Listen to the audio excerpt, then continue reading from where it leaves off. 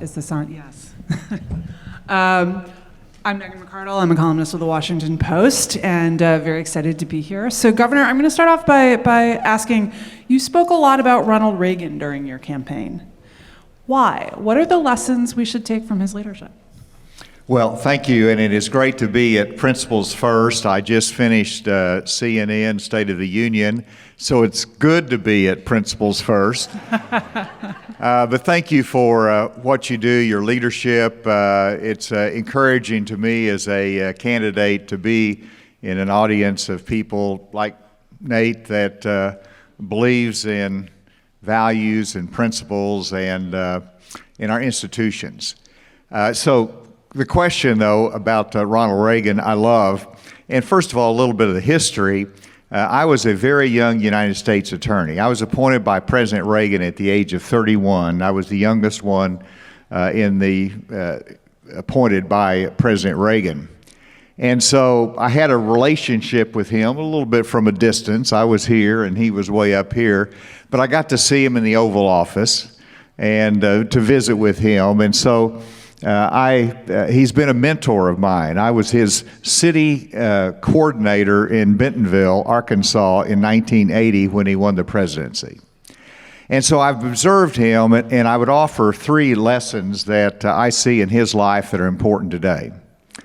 First of all, he was I call him a consistent conservative or a principled conservative. And you started whenever he was a Democrat, and he said, the Democrat Party left me. And he became a Republican because of principle. And then in 1976, of course, he took the battle to the convention. He took the battle to the convention for principled conservatism and trying to change the direction of the Republican Party. And he lost, and of course, Gerald Ford lost in the general election as well. And it was a sad night for me because I thought that was the last time that he would ever have an opportunity to be president. 4 years later, the nation turned to him in 1980 and he won as a principled conservative. And so that is an important characteristic and lesson we see, that we need to stick with our principles even though everything else sort of comes and goes around the edges. But the second thing, when he got elected, he became a pragmatic conservative. And pragmatic in the sense that he had a Democrat Congress, and he had to work with Tip O'Neill if he wanted the economic package passed. And he was not afraid to reach out across the aisle and actually develop friendships, can you believe that, with people across the aisle. And that, to me, is a good model for today. And the third characteristic of Ronald Reagan is that he was an optimist about the future of America. And we can't forget the importance of optimism. So if I can, and it was always morning in America, no matter how dark the day, he always saw a bright future for our country. And to me, that's what I want to emulate: consistent conservatism, a pragmatic approach to governing and getting things done, and then an optimist about the future of our great country. So I want to pick up on that pragmatism because I look at the Republican Party that I thought was the Republican Party until 2016. And one of the things that I saw was ways in which the Republican Party had kind of stopped updating that legacy of pragmatism, of optimism, and had gotten stuck on, say, tax cuts as, even though, Reagan had won that issue. You had taken people who were, the bottom three quintiles were by that point not paying very much in income tax, but that still seemed to be an issue driving the base. What are the issues where the Republican Party can update Reagan's legacy for the issues that we face now? Well, great question. And, even as governor of Arkansas for 8 years, we lowered taxes from 7% down to 4.9%. But like you said, we sort of won that battle, and I don't think it's a defining issue in campaigns these days. And at the national level, I don't know of any candidates that's really proposed significant tax cuts other than Nikki Haley, who wants to do away with the federal gas tax. but it's not a campaign issue that brings her any votes. Right. And so we do need to make sure conservatism moves into today's world. And that was a worry to me because I like to talk about Ronald Reagan, but I don't want to look back. I want to take those principles and look to the future. And of course, it starts with simply enhancing freedom. It starts with the private sector of the economy, and that to me is the fundamental point in addressing a balanced budget. The only way you do that is through growing the private sector of the economy. A very fundamental point. When I had one goal, I had many goals, but one principal goal that was, as governor, I wanted to see the private sector of the economy growing faster than the government sector. Simple, fundamental point. Right. You apply that at the federal level, reduce regulations, enhance freedom, choice of businesses and making their decisions, and then you grow the private sector of the economy through production of energy, through trade, and then all of a sudden you're starting to address the debt issues that we have.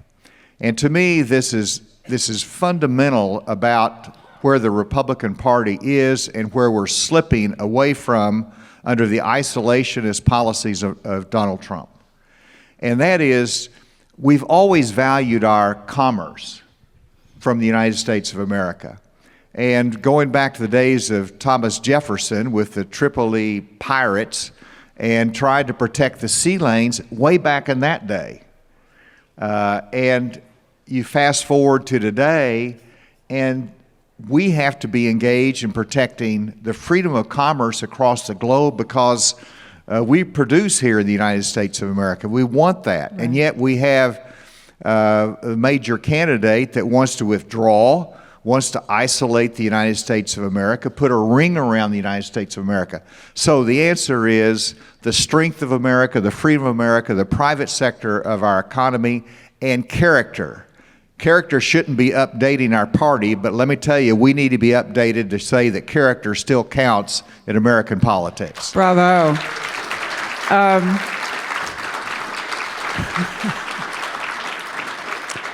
Let me ask you another pragmatic question. I look at our cities today and they seem quite dysfunctional politically. And then I look at the national government and it also seems quite dysfunctional politically.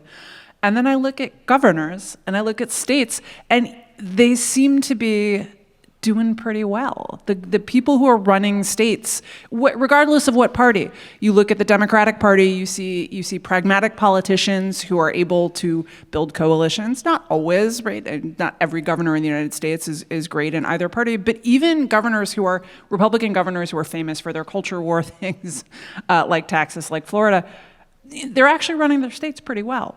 Why is the state level of government so much more functional than any other? And what can we take from that trying to fix those other levels of government? A friend of mine who was in the United States Senate, and I told him I was running for governor, and he said, Asa, you'll do well. He said, people vote for governor because it's somebody they want to take home to dinner. But they vote for senator for somebody they want to send out of the state to Washington, D.C. And you know, it's the closeness of the relationship that, and the expectation you get things done and you're accountable for it, I think makes all the difference for governors. You know, you make promises. This is what you want to do. You're held accountable for what you have promised and what you can succeed in.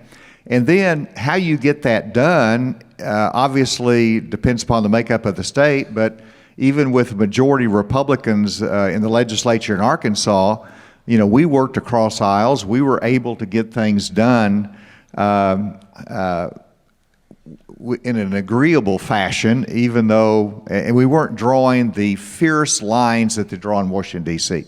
And of course, I was in the United States Congress. I was in the United States Congress over 20 years ago, and that was the last time that we balanced the budget in our country. And how did you do that? We had a divided government. You had President Clinton and then President Bush, but President Clinton was there. You had Newt Gingrich as chairman. But in fact, I saw President Clinton the other day, and he said Newt actually wanted to get things done.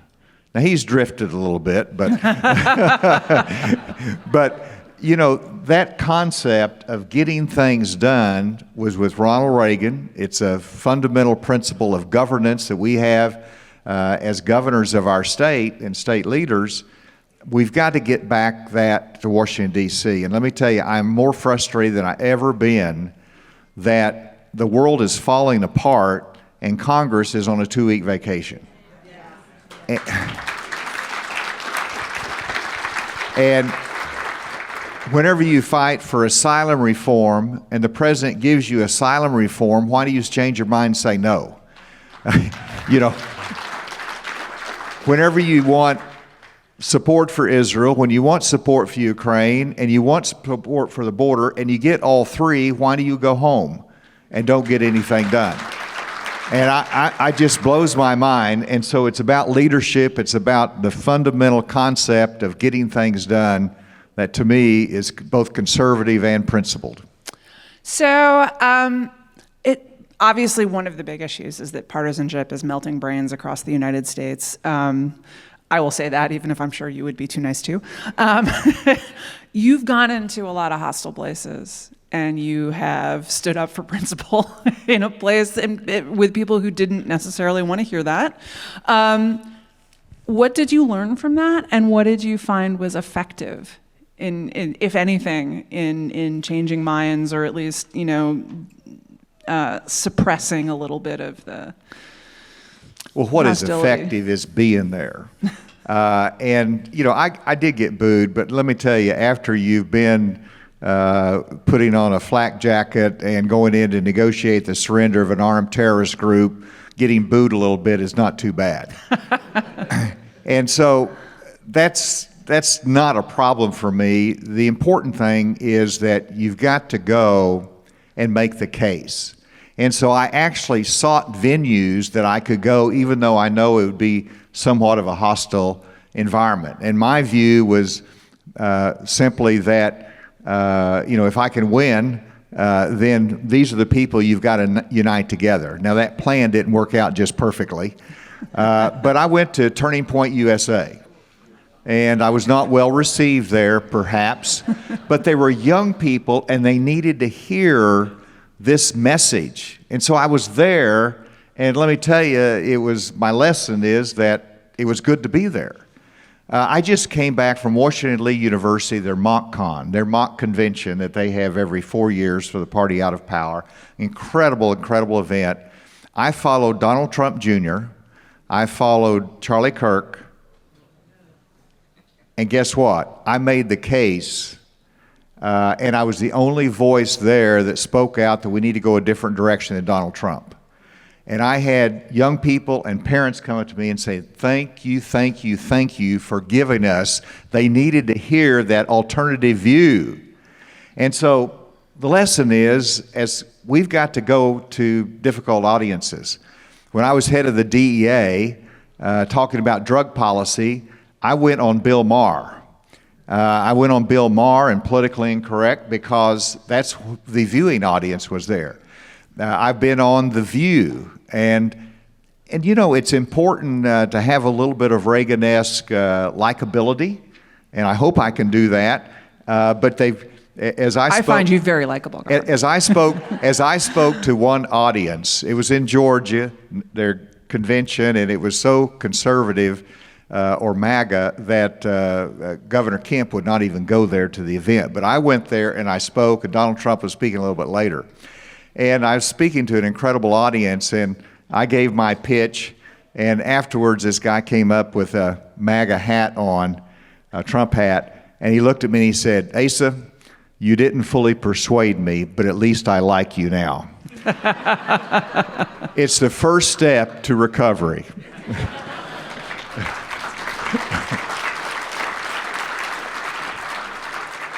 Yeah, I am struck by the fact that our differences seem bigger when we're not talking to each other. I covered a Trump rally where there were literally people shouting, "Lock them up," about the press. But I had gotten kind of blocked out of the press box. And at the same time, people are going, "Lock them up." And then they'd be like, "Honey, get out of the way. She's trying to get up there." And help me through this packed crowd. Yeah. At the same time. And I think that, as people, we're a lot less mean than as theories. But one question that I think people were, Democrats like to call the Republican Party now a Trump personality cult. I'm not going to ask you whether or not that's fair, but I will say that it seems like there is the main issue for Republicans at this point is just Trump, not Trump. Is anything Trump says is what there was not a platform in 2020. The platform was whatever Donald Trump thinks. What is a party, eventually he is going to leave the scene. What does a party look like after that? If they have spent the last 8, 10, 12 years practicing just arguing Trump, not Trump? Well, I think we're at great risk. In the Republican Party, I helped build in Arkansas. When I became a Republican, we were a red dot in a blue ocean. And we built the party and overcame a lot. And so I believe in the Republican Party that I fought for. Now, what's at stake this year is where do we go? Where do we go? You've got 40% in South Carolina that said, and this is a conservative southern state, 40% said we want to go a different direction than Donald Trump. That's a significant part of the Republican Party. That's not insignificant. And so Trump, if he moves on and captures the nomination, or you say he's going to go by the scene, how much damage is he going to do to the principles of the Republican Party over the next 4 years? Right now, he's going to make it a pro-Putin party. I'm sorry, that's not what Ronald Reagan would do.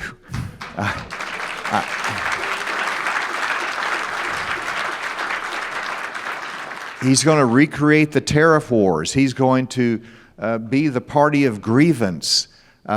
This is not a Republican Party that I can tell my young people and my children and grandchildren, this is what you believe and this is where you can accomplish great things. And so the question is, will Trump have his heirs, all of his accolades that will carry on in that tradition down the road when he's gone, is one question. The second question is there going to be a third party this year that serves to give people an option, that serves to make corrections in the major political party? And that's something I think it remains to be seen. But I'm pulling for Nikki Haley, but we'll see whether she sticks in through the convention and what happens at the convention. This is my viewpoint. But you've 3 choices you got to make this year. You either sit home and do nothing, you get in the Republican Party and fight a war of rebellion and fight within the party, or third, you try to correct the party and our country through a third-party effort.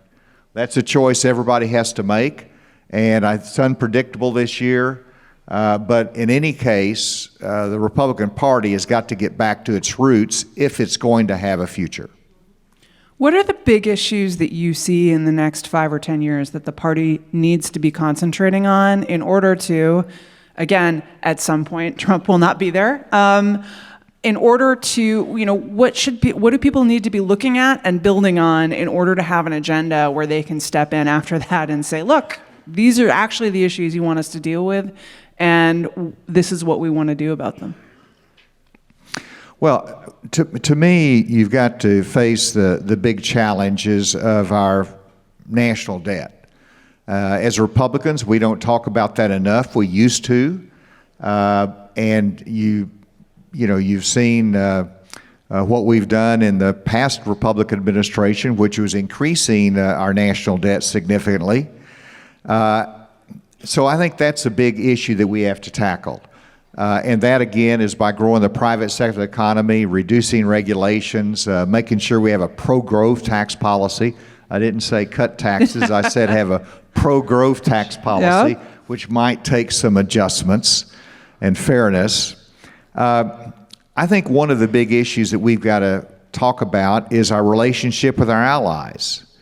Are we, it's almost under Biden, you've got incompetence as the mantra of our relationship with our allies, as demonstrated by coming out of Afghanistan very unsuccessfully and betraying our allies, versus really betrayal that we see right now that is coming from Donald Trump, where he says NATO can be invaded and it's not the business of the United States of America.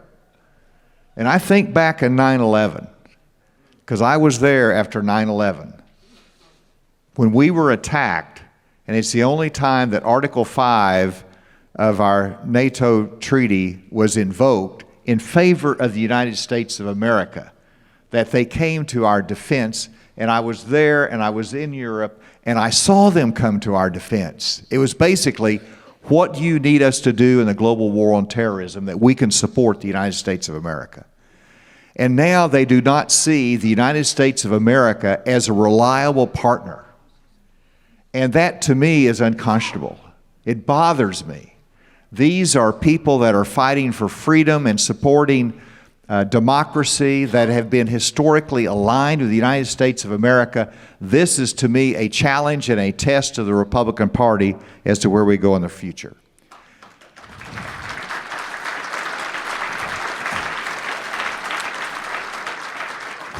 It is about building respect for our institutions of government that are important for our democracy, that have been undermined, that specifically our criminal justice system. And I've been in the courtroom more than anyone else running for president for sure, and I'll be going back to the courtroom since I'm out of the campaign. But it's not perfect. It's a human system of justice, but it's best in the world. And we have undermined it through attacks on our criminal justice system. And sure, it needs correction. Sure, we need to make adjustments in it. Sure, we need to make it sure that it's accountable and works. But it is important for our democracy to work and for us to be the lighthouse of freedom in the world. What separates us is the rule of law, and a challenge is for us to continue to be a party that supports the rule of law. We're now approaching the end, so I'm going to ask you one quick question and then a closer. The quick question is, how do you've been out there in those rooms talking about this? The most shocking thing for me has been watching the Republican Party step back on America being a light to the world, being a strong defense superpower. How do you talk to the people out there who have suddenly become hostile to that? When you talk to those voters, when you're in those rooms, what is driving them, and how is there a way to change it? It's about leadership, and right now we have a lead candidate for president that is driving the base of our party, and that's not good guidance. And so you have to counter that. We don't have enough leaders countering it. The problem is that so many, the Congress particularly, are falling in line behind Donald Trump, rather than speaking what I hope that they believe and understand is important, which is supporting our friends and allies and supporting and making sure that we continue to lead across the globe. But that's been disappointing to me that Donald Trump's impact on the party has shifted it. And so what do you do to get back? You have to have the right leaders. You have to speak. You have to educate. But when I spoke to audiences, and I looked in Iowa, where they gave of their families to fight Nazi Germany, and they understand that sacrifice, and we do not have to want to retrace those steps and that sacrifice that they made. They identify with that, and so I think recalling that history and also asking the question, if we do not lead, who will lead the free world? Not anyone we want. Exactly. So the lightning round question is this the last time we've seen you running for office? What are your future plans now that you've left? Never say never, but all I can tell you is that I'm going to be engaged just like you to make sure that there is a voice of common sense conservatism and for the principles that I've articulated that I believe our party stands for. And so I'm going to be engaged. We'll see what that role is. I'm also going to go back and make a living. People think of me just in the public arena, but I've spent 25 years in the private sector, so I believe in it. I'll be doing some things there, but my voice is important. I hope to continue to have the opportunity to impact the future of our great country. Well, thank you, Governor.